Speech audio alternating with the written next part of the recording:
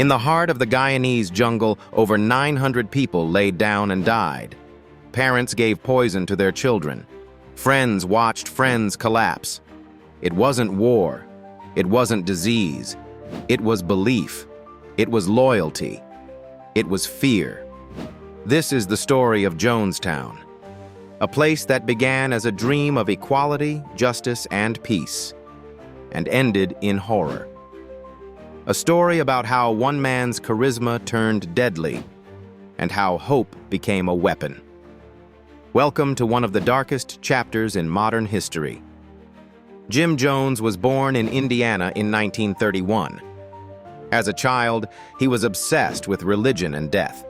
He preached to animals in barns, studied Hitler, worshipped Stalin. He believed in power, and he believed in control. In the 1950s, Jones founded the People's Temple, a Christian church with a socialist soul. He preached integration when segregation was still the norm. He invited black families to sit in the front pews. He opened soup kitchens, took in the homeless. He was a savior to many. But underneath the charity was obsession. Jones demanded complete loyalty. Members were told to call him Father. He claimed to be the reincarnation of Jesus and Lenin and Buddha. Miracles were staged, healings faked. Dissenters were publicly humiliated. By the early 1970s, the People's Temple had thousands of followers. Jones moved his operation to California, where he gained political allies. Governors, mayors, even First Lady Rosalynn Carter supported him. But the cracks were forming. Former members began to speak out. Accusations of abuse, financial fraud, psychological manipulation. The media began asking questions. Jones grew paranoid. He believed the U.S. government was out to destroy him. In 1977, he fled the country. He took his most loyal followers, nearly 1,000 of them, to a remote jungle settlement in Guyana, a place he called Jonestown. At first, Jonestown was a beacon of hope. People worked together. They sang, they danced, they grew their own food. For many, it was the promised land. But the reality was harsh. The soil was poor. Supplies were limited. The days were long and the nights were filled with propaganda. Loudspeakers played Jim Jones's voice 24/7. "You are safe here. America is falling. Do not listen to lies." Children were separated from parents. Letters were censored. Armed guards patrolled the perimeter. No one was allowed to leave.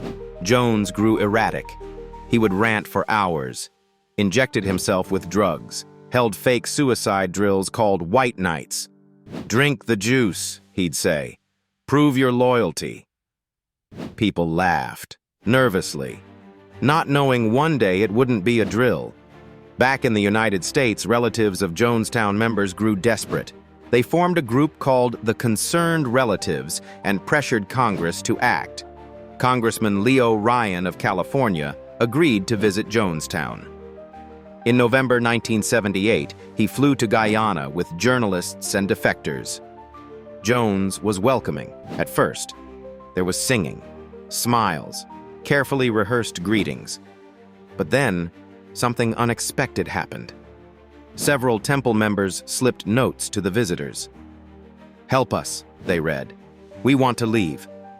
On November 18th, Ryan and his team headed to the nearby airstrip with 15 defectors. They never made it out. Jones's armed guards ambushed them. Congressman Ryan was shot dead, along with a reporter, a cameraman, and 2 others. It was the first time a sitting U.S. congressman was assassinated in the line of duty. Back at the compound, Jones gathered his people. He stood on the pavilion and spoke calmly, eerily. "They're coming for us," he said. "It's time. If we can't live in peace, then let's die in peace. Don't be afraid to die." A vat of flavor aid was prepared, laced with cyanide, Valium, and chloral hydrate. Children were given poison first, then the elderly, then the rest. Some believed they were making a political statement, others simply obeyed.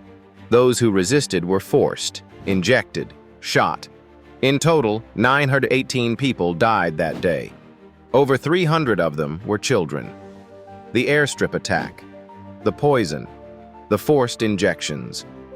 Jonestown became the largest intentional loss of American civilian life until 9/11. The world was stunned. The jungle was silent, littered with bodies. U.S. troops arrived to recover the dead. Reporters wept.